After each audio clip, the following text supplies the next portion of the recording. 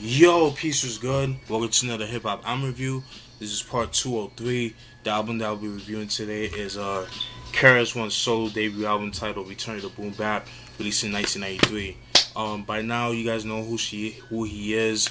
I did a review of all five BDP studio albums, including Criminal Minded, By Any Means Necessary, the Ghetto, the Ghetto, the Blueprint of Hip Hop Ghetto Music, which I was not a fan of, but I do understand the importance of that album.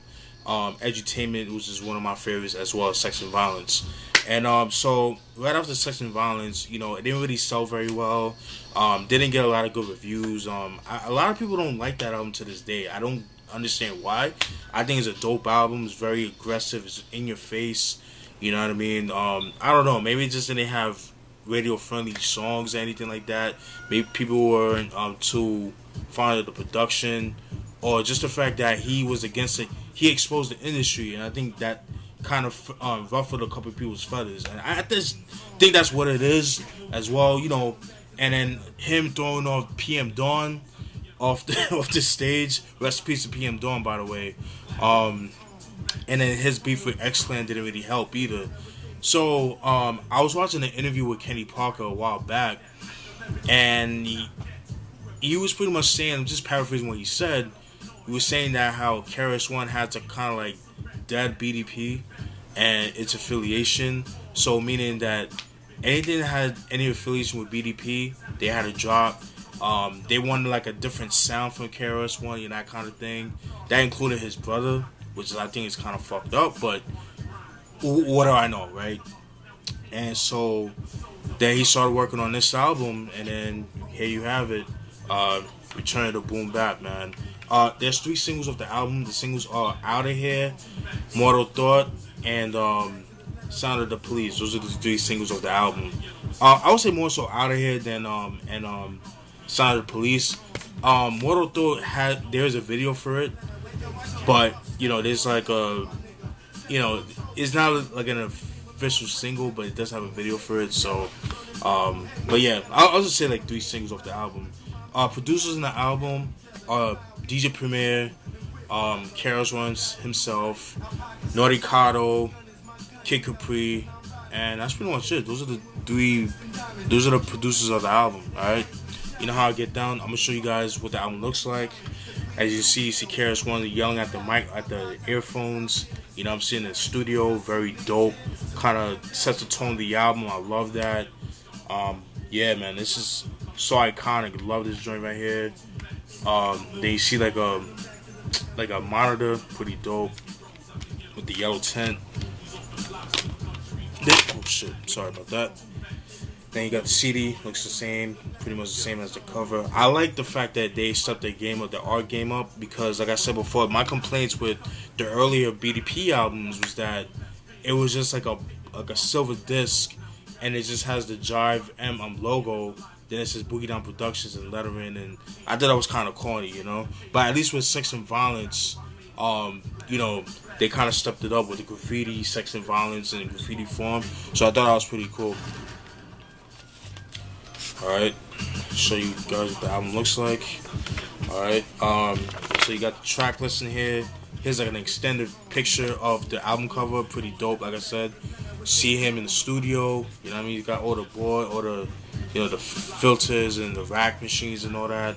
You know, you got the ill kicks, you know what I mean? The Nikes, you know, look like dunks.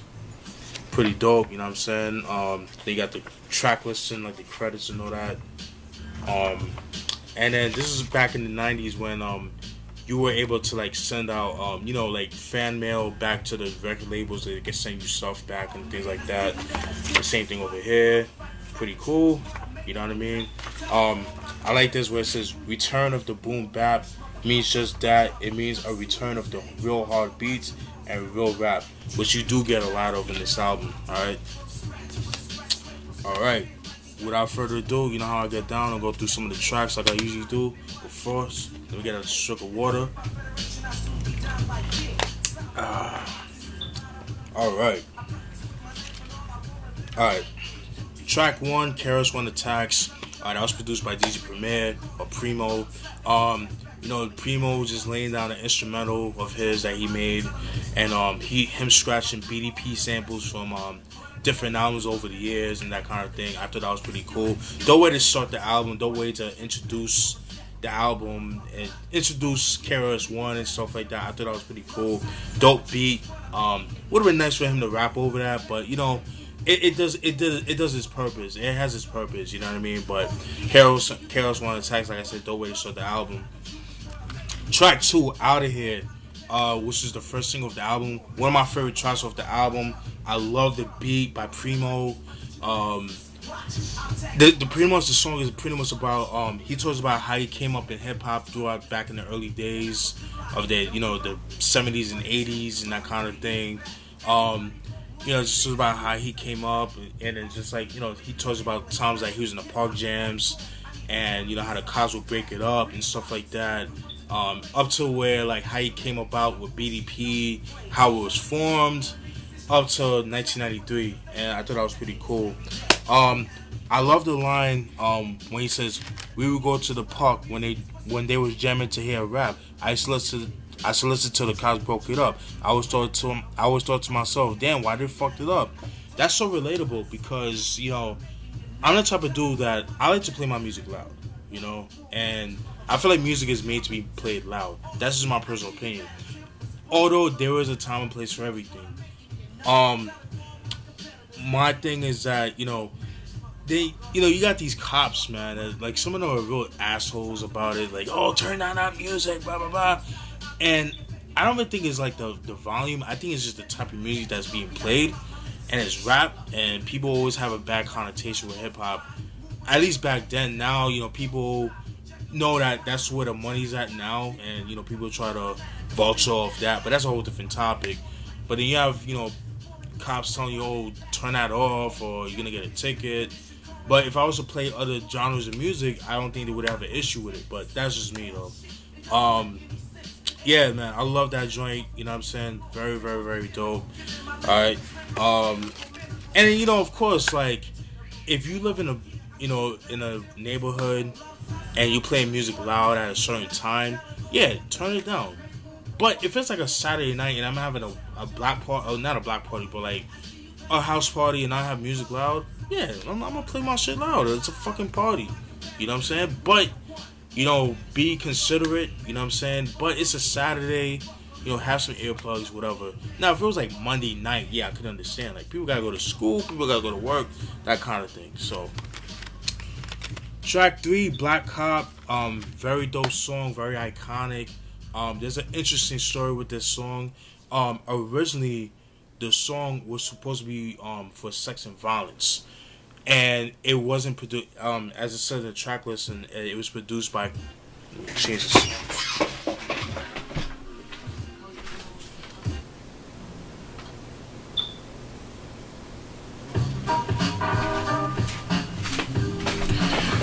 Sorry about that. In the track listing, it said it was produced by KRS-One. The story with that, like I said, it was originally for sex and violence, but it was produced by KRS-One and Pal Joey. And what I forgot to mention in the sex and violence review that I did a couple of days ago is that Pal Joey is actually a house producer, and the tempo that he had it on was like 120 BPM, which is like dance music, the regular BPM for dance music. And Kenny Parker was saying like how the way he was rapping with the beat, so it was like kind of fast paced, and it didn't make sense to put it on the album just because of the beat that it was playing, and also like the fast pace. So, and they actually was gonna submit it for the CB4 soundtrack, which this version ended up being on the CB4, not the one I'm talking about.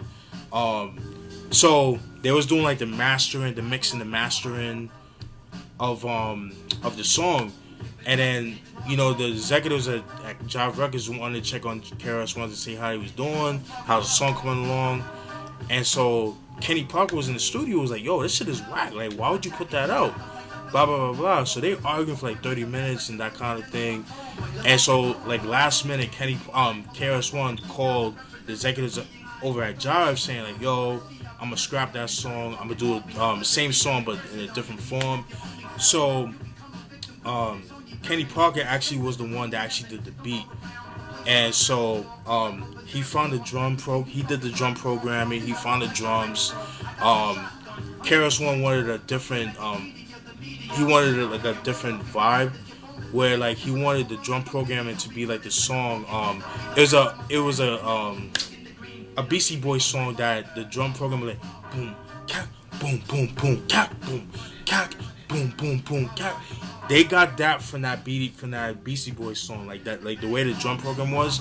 I forgot the name of the song that he mentioned, but it's from that song.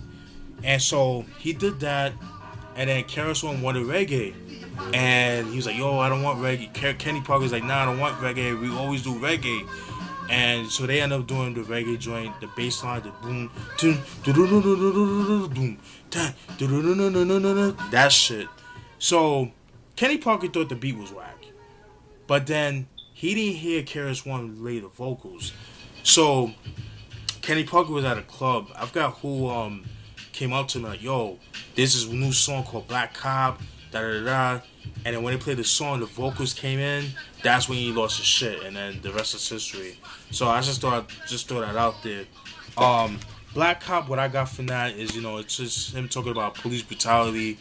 Black cops be on that corrupt shit. You know what I mean? He's exposing corruption with the police force, particularly with black cops. Something somewhat similar to like something that you would hear on 30 Cops or More on the Edutainment album. So nothing too nothing not familiar with KRS-One. But I do like the line when he says hardcore kids in the West got stressed. In the East, we are chased by the same black beast. The black cop is the only real obstacle. Black slave turned black cop is not logical. I thought that was pretty cool. And also what Kenny Parker said too, he never got album credit for that. He never got credit for that. Because in the album, it says produced by KRS-One, but Kenny Parker was the one that actually did the beat. So I think it has something to do with like meeting like the last minute mastering, or just the fact that Jive didn't want anything to do with BDP, and him being associated with BDP had a lot to do with that. So that's my speculation on that. So I know it's kind of fucked up that is your brother, but hey, it is what it is. Also, that song was actually used, that same beat, Mad Lion used it for Shoot to Kill off his Real Ting album that dropped in '95. Very slept on album, very underrated. I don't really hear too many people talk about that. That's a classic in my opinion. Love that joint. So that's Black Cop. Track 4, Mortal Thought, very dope track. That was produced by DJ Premier or Primo. There was a video for that. Love that joint. Love the bass line and the drums on that shit. I like the line when he says, "Pick up the mic and kill it, top billet. The club is a skillet where MCs get fried in it. You got beef, chill it, but I spill it." Woo! Yo, in that song, he's just chopping niggas' heads off, taking no prisoners. I love that. Love that. Just straight to the point, coming at niggas' necks. Yo, I love that. That's my thoughts on that. Mortal Thought. I Can't Wake Up. Love that joint. He plays off a perspective, a point of view of a blunt. I'm a blunt getting smoke. I can't wake up. I'm dreaming of being a blunt. I know I chopped it up, but fuck it. You know what I'm trying to say. But it's just him being a blunt, and he's been passed around a whole bunch of various rappers like Redman, House of Pain, and a couple other people. I like the line where he says like an example of that, where he says, "This is insane. I'm caught by House of Pain. I'm picked up. They said they're gonna put my head out," which is the name of the song off their first album. "They slipped my back and empty out all the tobacco, and all the tobacco fell out." I love that. Fucking dope, man. Dope. Check that album out. The House of Pain album, the self-titled album. Some people call it the Fine Malt Lyrics album, or some shit like that. Yeah, I think that's what it's called. But yeah, dope album. Track 6, Slap Them Up. Very, very dope song. Love that joint. That was produced by Nordicato. It features Ill Will Norton. Ill Will, what's his name? Ill Will Fulton, I like the line by Ill Will when he says, "Watch another rapper get stiff. just like in church, we pass the basket as I preach over his casket. Preach over his casket. I love that. Dope track. Ill bassline, like the bassline, very dope. That's my thoughts on Slap Them Up. Track 7, Sound of the Police. Love that joint, man. That was actually my introduction to KRS-One because I remember that song being really big back in 93, 94. I remember first hearing that in the summer of 93, and I remember the hustlers, the drug dealers that used to hustle in front of my crib used to always play that song. And and man, that song is so fucking dope, man. Like I said before, man, it's no different than Black Cop and 30 Cops or More. Just talking about police brutality. I love the line. I love how he like imitates the police siren. I love that dude. Whoop, whoop. I love that, man. You know, because when I was a little kid, I used to do that too. Whoop, whoop. And the sound of the police. Whoop, whoop. And the sound of the police. And that's all I knew at that time. I didn't know that's the sound of the beast. I didn't know that. I was too young to really know about that. But as I got older, I do now. You know what I'm saying?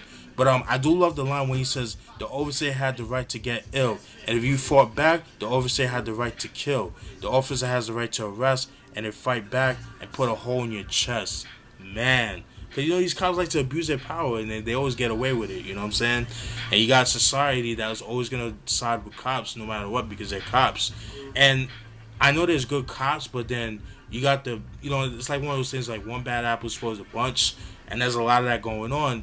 But the problem is a lot of the good cops are not exposing. They're not holding those cops accountable. And that's a problem within itself. And so that's my thoughts on that. So that's track 7, Sound of the Police. Mad Crew. Love that joint. It's like one of my favorite tracks. It's a mad crew up in the house. Mad crew up in the house. I love that, man. The drums. Love them shits, man. There was a line I like where he says, I'll do a number to your body structure. You look like supper, and I'm that hungry motherfucker. You don't want to be on the menu. I'll end you, twist you up, bend you like a Gestapo, pick up the microphone, crush MCs like a taco. Man, I love that shit. Woo! Chopping niggas' heads off, like I said, no taking no prisoners, man. That's Mad Crew. That was track 8, Mad Crew. Track 9, my least favorite song of the album. Reason being is because of the production. The beat is, you know, it's the he does kind of like a beatboxing kind of beat, and I'm not a fan of beatboxing. I know that was popular back in the 80s, but it's just not for me. Like, I can only do but so much, you know, unless you're like Rozelle or somebody, you know. I can't fuck with it. But the subject matter, his lyrics definitely made up for it. What I got from that track is he is talking about kids that try to go gangster and all that shit, but then when he starts meeting real gangsters and they start doing real gangster shit and some shit pops off, that's when they fold. And he talks about that. I thought that was pretty cool. Track 10, Brown Skin Woman, pretty dope track that was produced by Kid Capri and it features Kid Capri. In this song he just talks about how black women, we gotta treat them better. They're beautiful. They're queens. How society looks at them as like, you know, low down, dirty, grimy women and stuff like that. And that's not the case. How the media portrays black women, they're just hoes and bad attitudes and things like that. And, you know, he just explains that, you know. So that's what I got for now. I thought that was pretty cool. Pretty dope track. Track 11, Return of the Boom Bap, the self-titled track. Love this joint. I love the beat. The drum, the boom, and then like the little sample like that, like kind of like that that shit is ill, yo, fucking ill. Love that joint. I loved. He went in. In my opinion, this would have to be like his most lyrical track on this album. I like the line. I love the line when he says, "Another silly sucker want the champion belt, but like a microwave. These days, I make him melt." I love that. Another line is when he says, I never back down from to an MC feud. Never on stage, KRS-One got booed. Stayed hardcore, never changed my attitude. I got the hip-hop juice for the hip-hop food. I eat when I drink, and I drink when I eat. When I speak, speaker is not weak. Man, whoo! he went in on that. I love that delivery. I love that the double entendre that he does. I love that joint. Track 12, P is still free. One of my favorite tracks as well. Love that joint. That was produced by DJ Premier. Return to Boom Bap was produced by KRS1. All this time I thought it was Primo, but it's not. P is still free. It's just pretty much like the '93 version of the P is still free. The P is free. Pretty much. Everybody knows that song is like one of the biggest songs in KRS-One's history. Well, the BDP version, and you know, Black Star ended up using that for, I forgot the name of the song. But I love it. You know, I love the fact that Primo, he kind of he pitched down the guitar sample, that the Sly and Robbie sample. It's a Yellow Man sample. I forgot the name of the song, but he pitched it like very dope. And the bass line and the Joe Tex drums, love that shit, man. Love that shit. I like the line when he says, she pulled out a gun, shot him in the party, except for the MCs. I knew everybody. She tried to let off a shot one more time, but she got so bad she turned to wine. Man, I love that. Fucking dope. Track 13, Stop Frontin'. Dope joint. You know, that was produced by Kid Capri. I like the filtered bass line with the nice piano sample. I thought that was pretty dope. I like the line where he says, all my rhymes are fat, while rappers are skimpy wimpy. So I simply chew the crew like a blimpy. Fucking dope. I love that. For those who don't know what Blimpy is a sandwich store, kind of like what Subway is now. Very popular in New York. I know they have them like throughout the East Coast. I just found out the other day, which I didn't know. I thought Blimpies was like more like a East Coast thing, like Northeast, to be specific. You know, very, very dope, man. There's one I used to go to on the Coliseum, and there's one that was in the Gertz Mall, and their pizza was fire. Like the New York Slice Pizza, they make good pizza there. I don't know about now because it's been years since I've been to that Blimpies that I talked about, and Gertz Mall is closed down, so it is what it is. So that's Stop Frontin'. And track 14, the last track, Higher Level. Definitely my favorite track off the album. I love the beat. Primo, definitely one of Primo's illest beats in my opinion. Very, very, very dope. In this song, he talks about, you know, he attacks religion, talks about the hypocrisy of religion, especially nowadays. The beat, it just has that like 5 o'clock in the morning, you're just coming home from a party, but you see the sunrise coming up. Fucking though, it just has that vibe to it. I love that, man. I love the line when he says, people have more respect for a holy book than they do for a cow on a meat hook. I love that.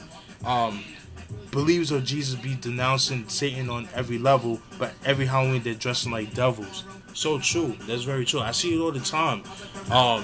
I be seeing, like, you know, I don't go to church, but you know, I used to, but like I would pass by and I see little kids dressing like, you know, like ghosts and stuff like that, and they're in the church, and it's like, it's kind of hypocritical, you know, but you know, it is what it is.